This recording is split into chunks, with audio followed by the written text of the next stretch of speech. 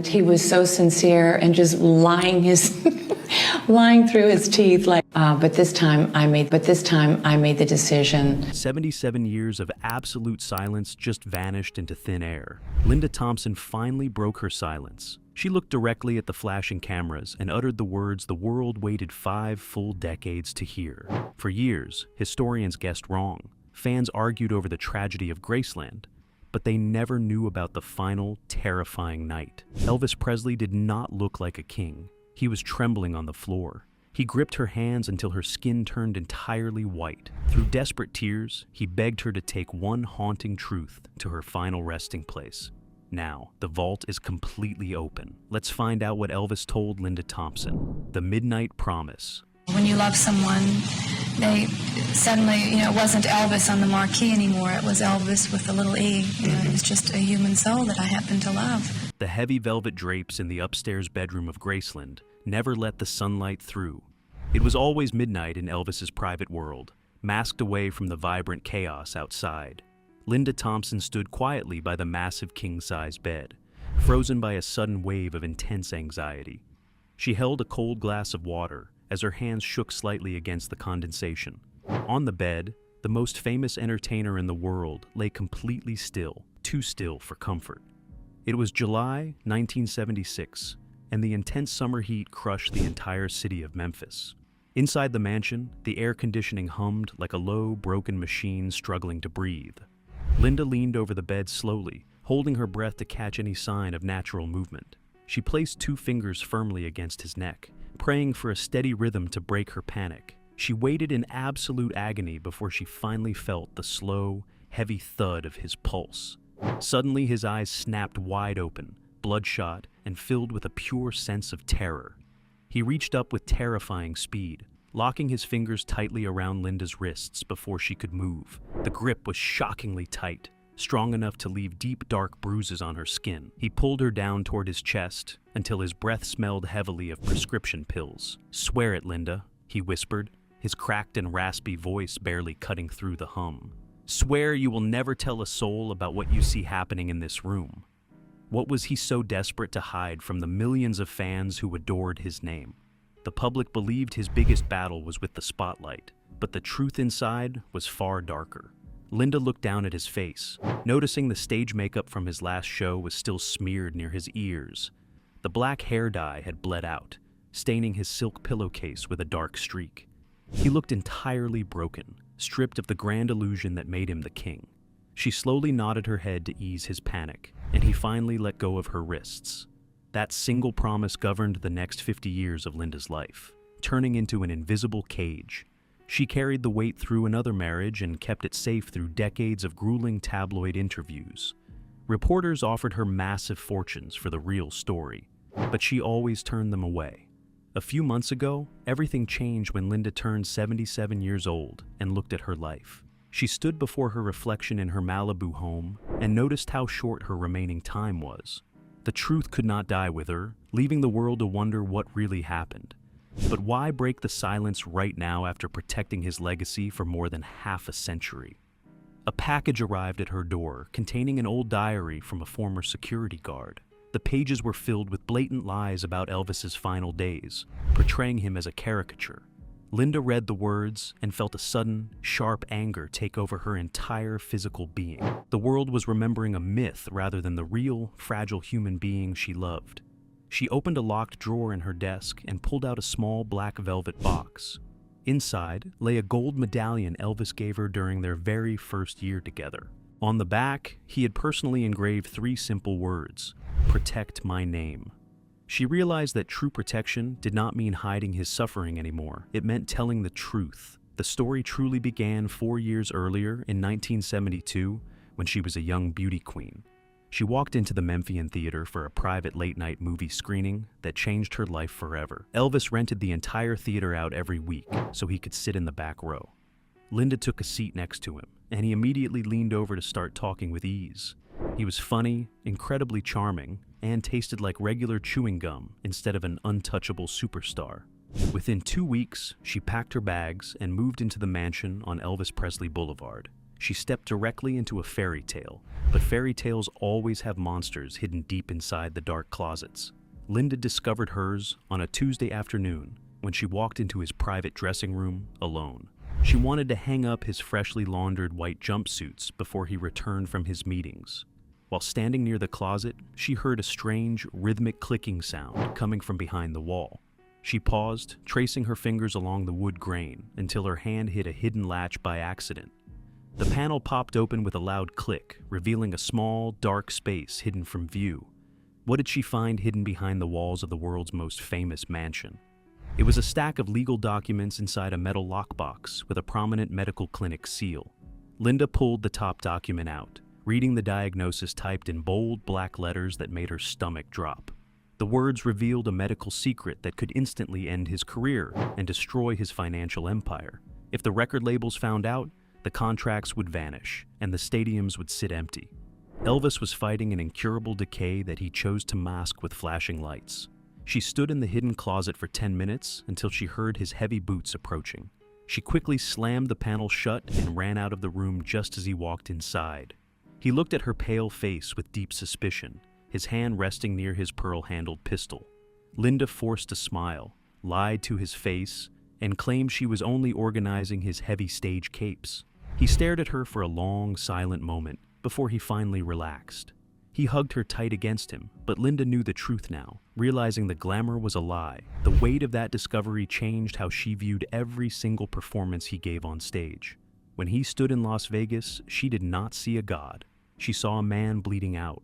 Every high note he hit felt like a miracle, and every drop to his knees caused panic. She became his guardian and his nurse, staying awake for hours just to watch him breathe. Behind the Golden Gates, living inside the gates of Graceland felt like stepping into an elite, private fortress. The public saw the flashing lights, the grand white columns, and the shouting fans outside. Inside, a completely different reality unfolded away from the blinding glares of the media. Elvis operated on an entirely inverted schedule that separated him from normal human life. He woke up as the sun went down, starting his day in complete darkness. This strange nighttime routine was not just a superstar's quirky preference or a habit. It was a carefully designed defensive shield meant to hide his rapidly deteriorating condition. Linda adjusted her entire life to match his waking hours, abandoning the normal world completely. They ate breakfast at dinner time, while the rest of Memphis fell fast asleep. In those quiet hours, the Grand Mansion felt less like a palace and more like a tomb. But a peculiar rule governed the house that Linda could never fully understand at first. Elvis explicitly forbade anyone from entering the upstairs office after the clock struck midnight. He kept the heavy mahogany door locked tight with a specialized brass deadbolt mechanism. Not even his closest security detail, or his father, Vernon, held a key to that room. What was hidden behind that locked door that required such absolute, unbroken secrecy? One chilly November night, a loud, crashing sound echoed through the upstairs hallway of the mansion. Linda woke up instantly, her heart hammering wildly against her ribs in the dark space. She looked next to her, but Elvis's side of the bed was completely cold and empty. She slipped on a robe and walked quietly down the dimly lit corridor toward the office. The heavy wooden door was slightly ajar, casting a thin sliver of light onto the carpet. She peered through the narrow crack, holding her breath so she would not make a sound. Elvis was sitting at his desk, but he was not reading scripts or counting money. He was holding a small silver medical syringe in his right hand with trembling fingers. On the desk sat 3 unmarked amber vials and a stack of fresh white gauze pads. He looked up at his own reflection in the window glass and let out a sob.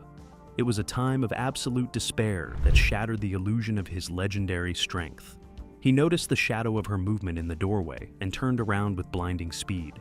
He quickly swept the vials into an open drawer and slammed it shut with a bang. "You shouldn't be up, honey," he said, his voice dropping into a dangerous low growl. He walked toward her, his eyes locking onto hers with intense, sharp focus. Linda did not run away. Instead, she stepped directly into the room to face him calmly. She saw the fresh bandage wrapped tightly around his left forearm, hiding a dark purple bruise. "You're hurting, Elvis," she said softly, reaching out to touch his cold, pale hand gently. He stared at her for a long moment, the anger evaporating from his face entirely. He collapsed into her arms, burying his face into her shoulder like a frightened child. He confessed that the treatment was the only thing keeping him standing on those grueling tours. The record company had just booked another massive multi-city stadium tour for the upcoming spring season. If he pulled out now, the financial penalties would bankrupt his entire extended family and crew. He was trapped in a cage made of his own fame, forced to perform while breaking. The syringes were not for recreation, they were his desperate fuel to survive the crown. Yet, this nightly ritual was only a minor symptom of a much larger, darker reality. The true nature of his condition was still hidden deep inside his private medical files. Linda realized that she was no longer just his lover or a companion in the house. She had officially become the keeper of a secret that could destroy an American icon. As the sun began to rise over Memphis, she helped him back to his bed, the weight of the crown. The winter of 1976 brought a biting, bitter cold to the state of Tennessee.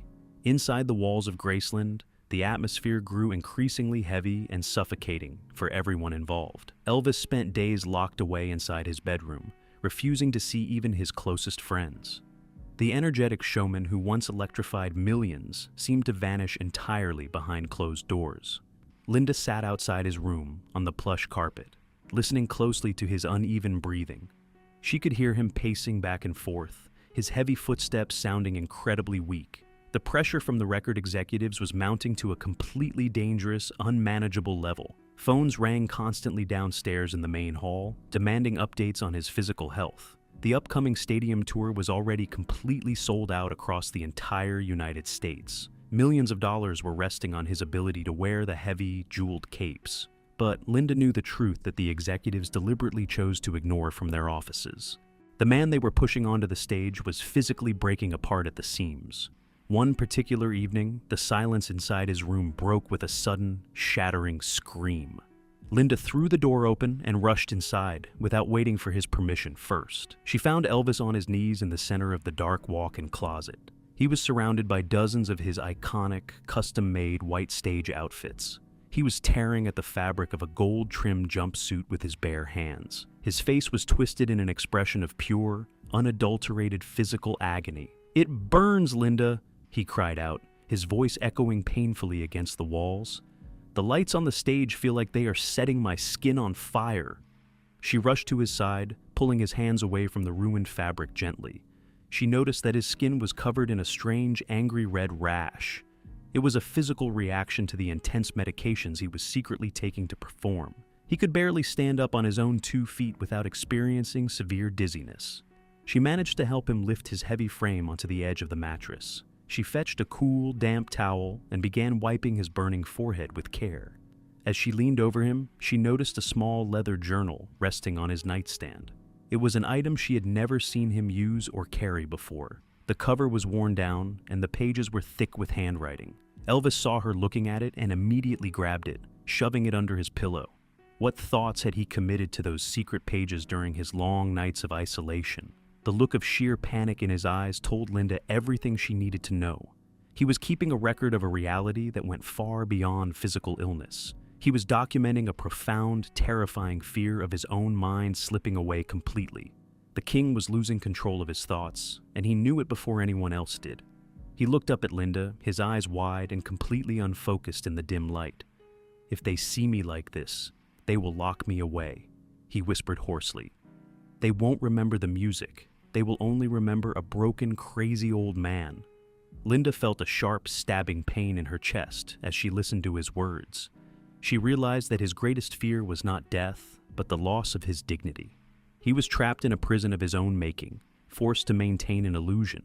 She promised him right then that she would protect his dignity at all costs. For the next several weeks, Linda became the ultimate barrier between Elvis and the outside world. She personally vetted every single person who requested an audience with the singer upstairs. She lied to his father, telling him that Elvis was merely resting between recording sessions. She turned away his road managers who arrived with stacks of new performance contracts. She took on the role of a guardian, sacrificing her own health in the process. The vibrant young beauty queen was rapidly fading into an exhausted, stressed caretaker. But the secrets were growing far too large for one person to contain much longer. One afternoon, while Elvis was heavily sedated, Linda decided to look for the leather journal. She reached under the mattress, her fingers brushing against the cool, rough leather surface. She pulled it out slowly, her heart beating loudly against her ribs as she did. She opened the first page and read the words written in his messy, chaotic script. The entries were a devastating chronicle of a man who knew his time was running out. He wrote about hearing voices in the dark corners of his bedroom at night. He described a terrifying numbness that started in his fingers and moved up his arms. He confessed that he could no longer remember the lyrics to his favorite songs. The very music that defined his life was slipping out of his grasp forever. Linda closed the journal, tears streaming down her face as the full truth hit her. The decay was not just physical, it was a total collapse of his system. She heard a sound behind her and turned around with a sudden sharp gasp. Elvis was standing in the doorway of the bedroom, leaning heavily against the frame. He had witnessed her reading his private thoughts, and his expression was completely unreadable. He did not yell, and he did not reach for his pearl-handled pistol this time. Instead, a single tear rolled down his pale, swollen cheek as he looked at her. "Now you know everything, Linda," he said, his voice dropping into a flat whisper. "You know that the king is already dead inside this grand house." The emotional weight of that moment altered the trajectory of their relationship forever.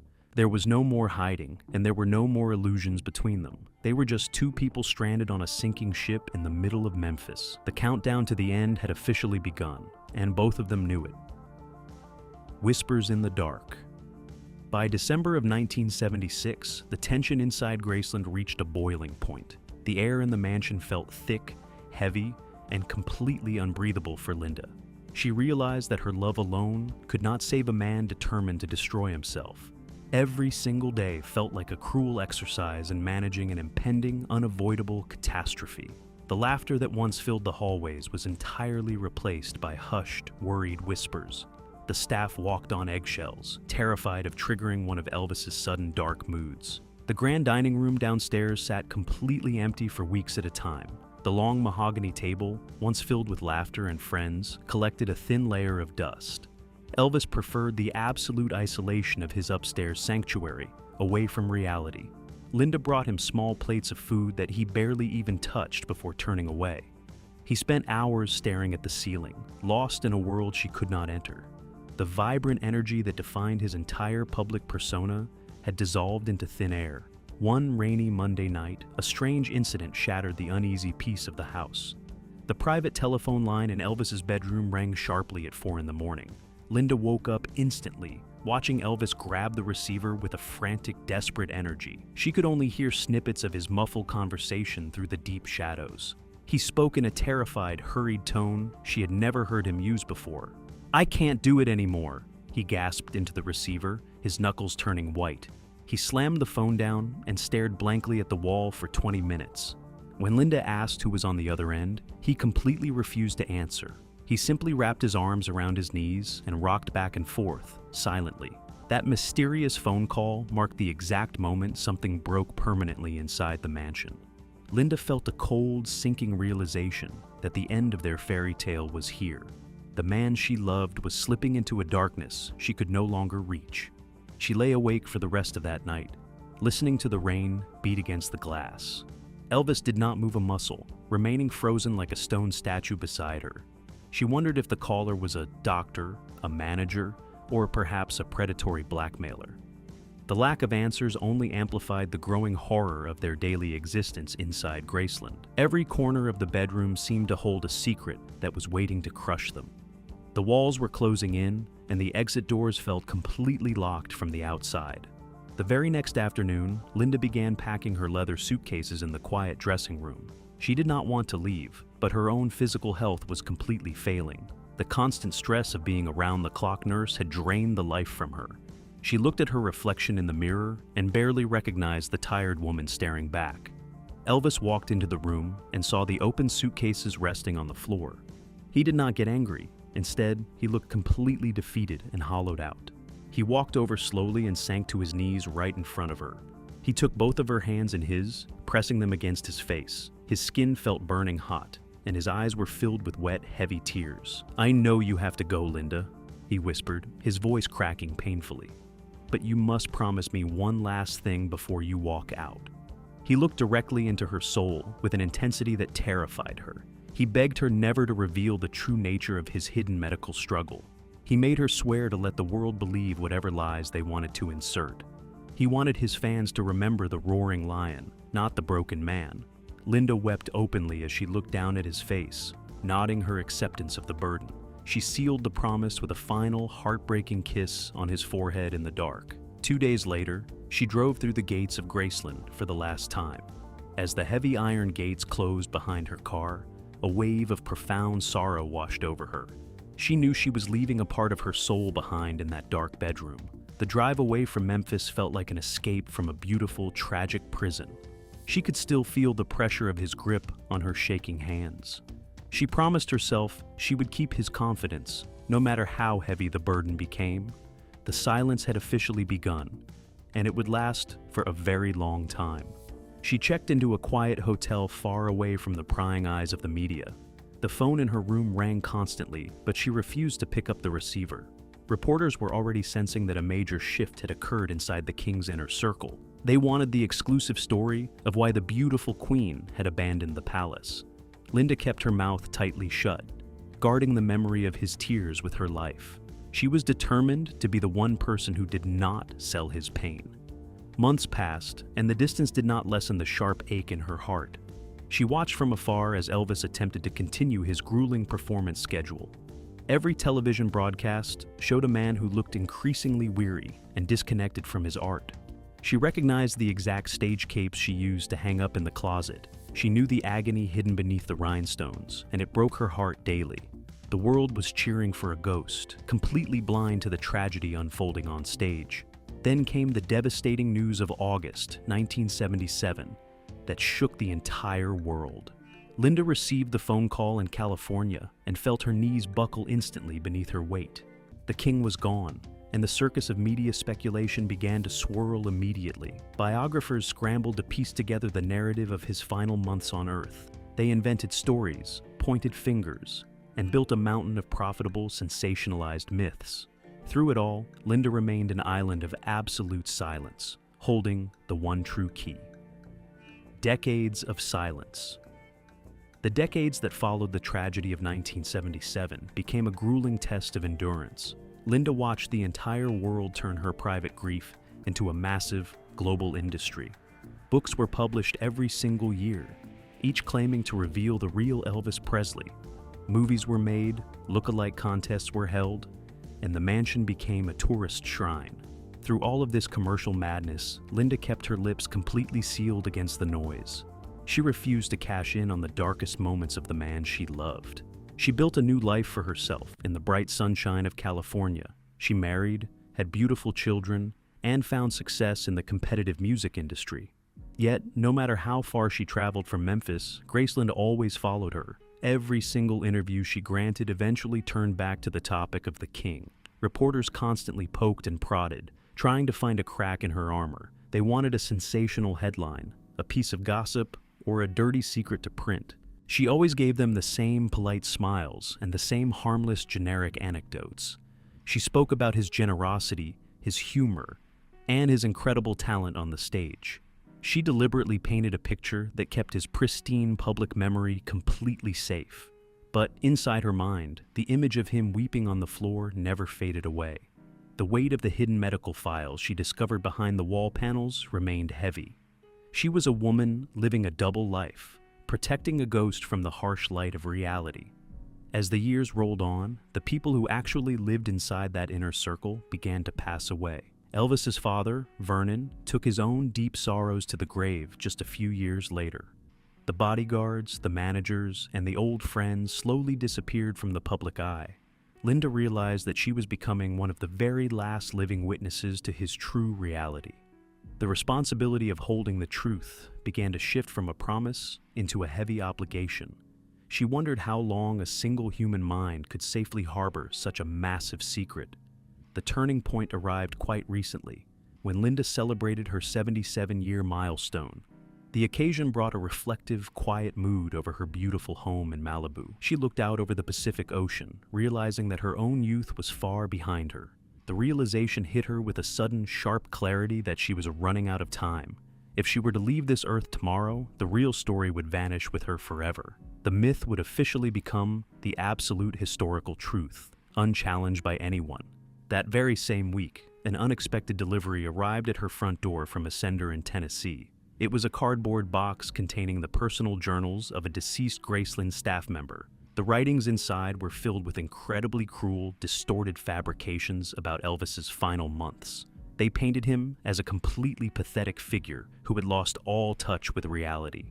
Linda read the typed pages and felt a hot, defensive anger flare up in her chest. The memory of the vulnerable man who held her wrists deserved better than this. She walked over to her locked bedroom safe and opened it with a trembling hand. She pulled out the small black velvet box she had guarded through every single house move. Inside, the gold medallion Elvis gave her glistened under the bright bedroom lights. She flipped it over to read the words he engraved. "Protect my name." She understood, for the very first time, what those words truly meant in the modern era. Protection did not mean keeping the world completely blind to his deep, human suffering. True protection meant rescuing his humanity from the liars who wanted to turn him into a caricature. It meant showing the world the immense courage he showed while fighting an incurable physical decay. He was not a weak man who gave up. He was a warrior who performed through agony. Linda sat down at her desk, picked up a pen, and felt the silence evaporate. The time for hiding behind polite, generic interviews had officially come to an hour of completion. She began to organize her thoughts, preparing to face the public with the absolute, unvarnished truth. She knew the revelation would shock the global fan base and send ripples through the music industry. The estate managers would likely scramble to control the narrative once her words hit the media. But Linda no longer cared about the corporate machinery or the opinions of distant historians. Her only loyalty belonged to the frightened man who begged for her help 50 years ago. She contacts a trusted documentary filmmaker to arrange a private filmed interview session. As the camera crew sets up their heavy tripods in her living room, her heart races. The red recording light blinks into existence, signaling that the vault is finally about to open. Linda takes a deep, steady breath, looks directly into the lens, and prepares to speak. The final chapter of the king's legacy is about to be written by the woman who loved him. The final confession. The bright studio lights in her Malibu living room cast a soft glow over Linda's face. She looked directly into the camera lens, her eyes steady and filled with a quiet determination. The filmmaker asked the single question that had lingered in the air for 5 long decades. What was the one thing Elvis begged you never to reveal to the world?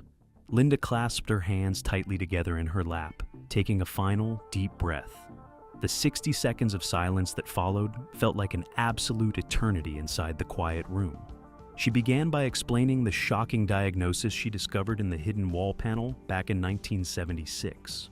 The official medical documents revealed that Elvis was secretly suffering from a rare, progressive neurological disease.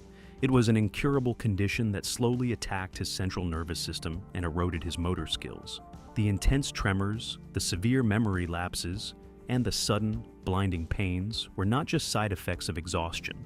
The king of rock and roll was physically withering away behind his legendary, larger-than-life persona. He spent his final year on Earth in absolute terror of losing his cognitive functions on a public stage. He used the massive amounts of prescription medications as a desperate chemical shield to freeze the symptoms. He was caught in a brutal race against his own failing body to keep his family solvent. Every single high note he belted out was a victory over an invisible, agonizing physical paralysis. He did not want the world to look at him with pity or view him as an invalid. On that final, desperate night at Graceland, he looked at Linda and spoke his ultimate truth. He confessed that he knew he would not survive the year, and he accepted his fate completely. But he begged her to let the public believe his death was a sudden, tragic accident. He chose to let the world judge him for his vices rather than know he lost control. He sacrificed his personal transition into old age to protect the eternal, unbreakable image of the king. Linda explained how the medical charts detailed a rapid cellular degeneration that baffled his private physicians. They had quietly flown in specialists from London under completely assumed names to evaluate him. Each specialist confirmed the exact same grim reality that his time was severely limited. Elvis sat through those secret consultations in absolute silence, absorbing his own terminal sentence. He refused to allow his father or daughter to know the true extent of the horror. The heavy medications were not a lifestyle choice, but a desperate scaffolding holding a monument together. Linda watched him struggle to hold a simple fountain pen. Just hours before a major show, he would force his stiff fingers to wrap around the microphone stand with pure willpower. The sweat that poured down his face under the stage lights was caused by immense agony. Yet, the moment the music started, he transformed into an untouchable force of nature for his fans. She remembered watching him collapse into a chair immediately after a grueling 2-hour performance. The road managers would rush in to fan him while he gasped for oxygen through a mask. He would look over at Linda through the plastic and give her a weak smile. "We fooled them again, honey," he would whisper once his breath returned to him. He was completely addicted to the love of his audience, using it to fight off the dark. This hidden battle was the real reason their relationship eventually reached its tragic breaking point. Linda could no longer bear to watch the man she loved disintegrate right before her eyes. She felt like a passive spectator to a slow-motion train wreck that no one wanted to stop. The corporate promoters kept booking more dates, completely ignoring the flashing red warning signs. They saw a golden goose, while Linda saw a human being drowning in his own legacy. When she finally packed her bags, she knew she was leaving him to face the shadows alone. It was the most agonizing decision of her entire life, causing her years of sleepless nights. She often wondered if staying at Graceland could have altered the timeline of his final days. But the secret medical documents proved that the underlying disease was entirely unstoppable by medical science. He was on a fixed, tragic path that no amount of love could ever reroute. The news of his passing in August of 1977 shattered her world completely. She sat in her room for 3 days, refusing to answer the frantic calls from journalists. She watched the global media spin wild, sensationalized theories about what happened in that bathroom. They blamed the lifestyle, the isolation, and the pressures of the entertainment industry. Linda held the metal lockbox papers in her mind, knowing the world was completely blind to the truth. For 50 years, she carried that memory like a heavy stone buried deep inside her chest. She watched other people write books and make millions off his name using complete fabrications. She listened to self-proclaimed experts dissect his final performances with cruel, uneducated criticism. They saw a clumsy performer, never realizing they were witnessing a miracle of human endurance. At 77, she decided she would no longer allow the narrative to be controlled by outsiders. The filmmaker sat in absolute silence as Linda finished detailing the contents of those medical files. The room felt incredibly heavy with the weight of a half-century-old secret finally being released. Linda felt a sudden, profound sense of lightness wash over her entire physical being. She had kept her promise to him until history was ready to understand the true sacrifice. The myth of the fallen king was replaced by the reality of a brave, suffering man. She looked out the window of her Malibu home as the sun began to set over the ocean. The long decades of carrying his heaviest burden were officially over, and the truth was free. She knew his fans would read her words and view his final years with deep respect. He was no longer a caricature of rock and roll tragedy to be mocked by critics. Elvis Presley was a warrior who chose to burn out brightly rather than let his kingdom see him break. The golden illusion of Graceland has finally cracked wide open, revealing the true weight of the crown. Linda Thompson's final confession changes everything we thought we knew about the king's tragic end. It proves that the greatest legends often carry the darkest, most agonizing secrets behind closed doors. What do you think about Elvis's desperate decision to hide his ultimate battle from his millions of fans? Let us know your thoughts in the comment section below. If this emotional journey moved you, please hit the subscribe button and click the like button to support our channel for more deep dives.